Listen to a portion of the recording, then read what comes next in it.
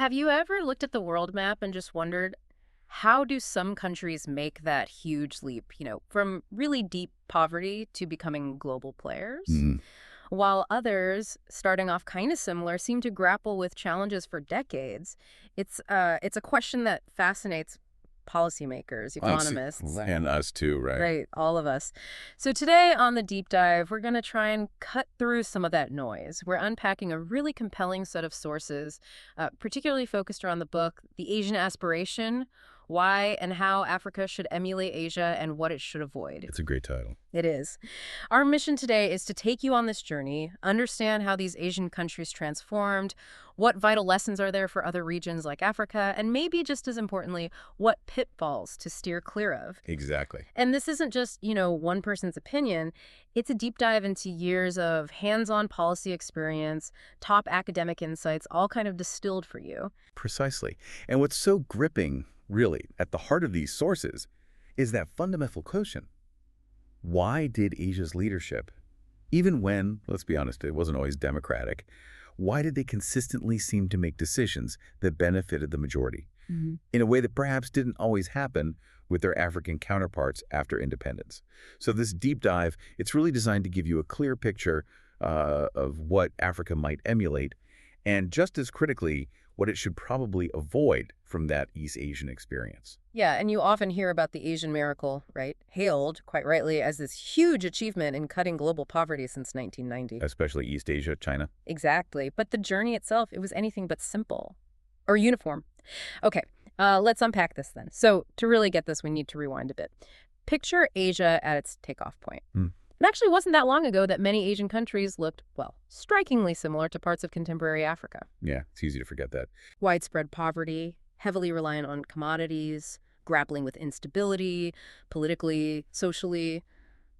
Not many prospects for their growing populations. It's a familiar story, isn't it? It absolutely is. And what's fascinating when you dig into it is that despite what you might think, East Asia didn't seem to have many built-in advantages over Africa at decolonization. Really? Yeah. I mean, think about it. Few African countries faced the sheer devastation of the wars in Vietnam or Laos or Cambodia. Millions of tons of bombs dropped. Unimaginable cost. Right. Yet Asia prospered. It Right. really highlights how similar in many ways their starting lines were. That shared starting point makes Japan's story even more, well, astonishing. Just try to imagine the trauma after World War II. Yeah. 1945, Tokyo, people were literally clambering aboard trains to the countryside in the hope of finding something to eat. People hung on to the outsides of carriages. Wow. Just desperate. It's visceral, isn't it? But then this extraordinary transformation, it wasn't just a turnaround, it was more like a deliberate redirection towards democracy, yes, but also crucially towards selling to the global consumer. And its roots go back, actually, to the Meiji Restoration's focus on education and being open to foreign expertise. Right. Laying the groundwork earlier. Exactly. And the sources boil down Japan's industrialization to three key things: a strong private sector, a genuinely supportive state, and this incredible knack for adapting and absorbing outside ideas. That adaptability seems crucial. Totally. Think of Suzuki's 1955 Suzu light car. Revolutionary for its time, tiny car, but clever design, loads of space inside, smoother ride, real engineering smarts. Or Toyota, like proactively shifting production overseas. By 2005, they were making more cars abroad than at home. That's not just adapting, it's, well, completely rethinking your model. That kind of proactive strategic approach you see in Japan, it's echoed maybe even more systematically, you could say, in Taiwan. Their success really came in stages. First, crucial land reform, getting the macroeconomy stable. Then really pushing exports and strongly backing small and medium businesses, SMEs. How did they back them? Through these really integrated systems, like their Industrial Technology Research Institute, ITRI. It cranks out something like 5 patents a day. Wow, 5 a day. Yeah, think about that pace. Or the Hsinchu Science Park, it literally helps companies go from having an idea, the IP, all the way to selling shares on the stock market, the IPO. From IP to IPO, I like that. Exactly. And another really key piece, investing heavily in education and making a deliberate, concerted effort to lure talented Taiwanese expats back home, turning that brain drain into a brain game. That's powerful, bringing talent back. And then speaking of unique paths, there's Singapore. A nation literally born in crisis, right? Absolutely. Separation from Malaysia, tensions all around. So for them, delivering results, jobs, housing, basic services, it became their main political strategy. Survival, almost. Survival and legitimacy. Right. And their public housing, the HDB flats, they weren't just about affordable roofs over heads. The sources say it gave people a stake in their society, building a strong work ethic and a sense of belonging. Mm-hmm. It's fascinating how that transformed what was apparently quite a discontented society into a more conservative one, invested in stability. Yeah. But it often brings up that question, doesn't it, about Singapore being, authoritarian. It does, and it's a complex point. But former Prime Minister Goh Chok Tong had an interesting take. He said, benevolent, yes, but a dictatorship, no.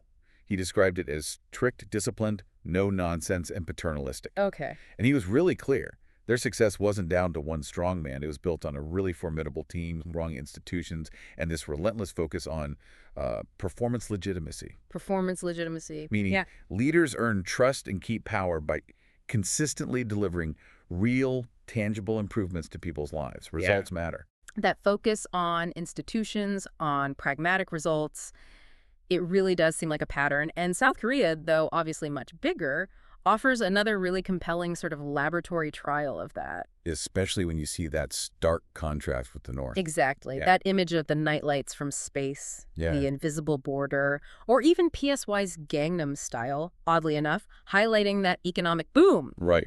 Park Chung-hee's regime, okay, definitely authoritarian, but it prioritized this incredible ambitious economic plan, land reform again, education, but also, crucially, embracing corporate growth. Mm-hmm. Big corporations. Yeah, transforming companies like Samsung, which started as just a small exporter of, fish and vegetables. Wow, really? Yeah, and Hyundai, originally a car repair shop, they became giants under this plan. It's vital, though, to tackle that authoritarian question head on here, because the sources offer a more nuanced view than you might expect. Okay. While it's easy to connect the dots authoritarian rule, economic growth, the book explicitly states, authoritarianism is not needed for development. Ah, interesting. Yeah. Instead, some arguments in the sources point to other things being more critical, like a really well-functioning civil service, which in Korea actually goes back centuries, but was modernized by Japan. Right. And strong incentives, rewards for performance. Park Chung-hee, for instance, apparently rewarded the best-performing villages with extra cement, regardless of, who it might upset. Built based on results. Exactly. It was about delivering pragmatically. That pragmatism, results over ideology, or even political niceties. It really jumps out. But as we dig deeper, maybe what's just as important, if not more so, are the lessons from where Asia, stumbled. Mm-hmm. The cautionary tales? Because avoiding those pitfalls could be just as crucial as copying the successes. And here's where it gets really thought-provoking, I think. Let's start with the Philippines, often called the sick man of Asia, despite having plenty of resources. Yeah, why is that? Well, the sources are pretty blunt. They say bad governance is a function of leadership. Plain and simple. They talk about persistent politics of patronage, these entrenched family dynasties, loads of corruption. There's even this analogy they use. Politicians are like bull limbing. It's a star-shaped fruit that looks the same whichever way you turn it. Huh, that's quite an image. Says a lot about shifting loyalties. Doesn't it? And these deep-rooted problems, they led to slow growth, widespread poverty. The book paints these really vivid pictures like people skipping puddles of sewage in Manila's slums. Oh, wow. That really brings home the human cost, doesn't it? It really does, that daily struggle. Absolutely. Okay, and then there's Malaysia, a country that actually did pretty well managing its diversity, but then kind of hit a wall with corruption and that middle income trap. Right, and the proton car example they use is interesting here. The National Car Project. Yeah, it really shows that tension between, national pride wanting your own car brand and the hard realities of global markets needing huge volumes and cost sharing to compete. A tough balance. Very tough. And then, of course, the huge 1MDB scandal. Billions embezzled. It just underlines that saying, a fish always rots from the head. Yep. Top-level corruption just poisons everything. A classic, unfortunately. Then look at Indonesia. A really violent and turbulent political history, as the sources put it. Yeah. You can contrast President Sukarno, focused on grand-scale heroic architecture, building big monuments. While the economy tanked. Exactly, like 1,000% inflation. Yeah. Crippling. Then under Suharto, you got economic improvement, sure, but also endemic corruption and all the costs associated with that kind of big man rule. So swings and roundabouts. In a way. And there's this great little detail about Yogyakarta Airport. Looks scruffy, antiquated, and analog, apparently. Okay. Yet it handles more flights than Nairobi's main airport. It perfectly illustrates the point that the software, the officials, their attitudes, the systems, matters just as much, maybe more, than the shiny hardware. That's a fantastic point. People and systems over concrete. Precisely. And speaking of contrasts, Thailand is a real puzzle, isn't it? Sustained economic growth, successful manufacturing like Triumph makes 80% of its bikes there. And huge tourism. Huge tourism, all while having persistent political instability. Military interventions, 20 times since 1912? It's remarkable, isn't it? How does that work? I know. How do they manage that? Well, the sources suggest that, for tourism at least, they leverage this idea of Thai-ness, combine it with easy visa access, and crucially, there seems to be this surprisingly seamless cooperation between different government departments despite the political chaos at the top. Almost like the bureaucracy runs itself, regardless of who's in charge politically. Something like that. A kind of resilience may be born out of necessity. Fascinating. It really is. And then, of course, we have to talk about China. The giant in the room. The giant. Listed, over 800 million people out of poverty? Built 2 600-megawatt power plants every week at one point. The scale's just mind-boggling. And that massive urbanization. The sources call it the largest peacetime population movement in human history. Just incredible transformation. There's always a but, isn't there? There's a big but. The sources are very clear. It's also a major cautionary tale. That growth came with huge environmental costs, massive debt, rising inequality, and a growing surveillance state. Right. Deng Xiaoping's famous line, "It doesn't matter if a cat is black or white so long as it catches mice." Well, it highlights that pragmatic focus, but also the pretty significant trade-offs involved. You catch the mice, but what else happens? Those trade-offs are critical to understand. Okay, and maybe let's round this section off with Vietnam. It feels like a story of making better development choices, especially considering its history. Yeah, despite that devastating war-torn past. The sources really emphasize how Vietnam managed to prosper in spite of the past, and largely because of its people, especially the youth described as highly aspirational. And foreign investment, mostly from other Asian countries actually, has been a huge success story there, mainly because the government has been responsive. But not perfect, right? Okay, definitely not perfect. There are still real issues with transparency, political freedoms. It's described as a unique hybrid system. Still evolving, but definitely has momentum. Okay, so we've seen these incredible stories, the successes, the stumbles. It's a real mix. A real mix. So if we try to connect all these dots, pull it together, what does this all actually mean? For you, our listener, or for regions like Africa looking for pathways? Well, I think one of the most powerful points the sources make is that the big difference in development outcomes between Asia and Africa isn't simply about authoritarianism versus democracy. It lies in other factors. Like what? Like a strong attachment Asian leaders have displayed towards the popular welfare, a focus on a non-extractive model where prosperity is seen as more likely if power is more broadly distributed, in a sense. Well, not just enriching elites. Right. The book calls it a disciplined nationalism. That's the secret sauce of development. It's not just flag-waving.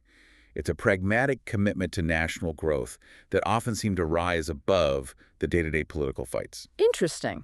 A disciplined nationalism. Exactly. And that commitment showed up in actual policy choices. And building on that, Asia's success really shines a light on how vital bureaucratic capacity is.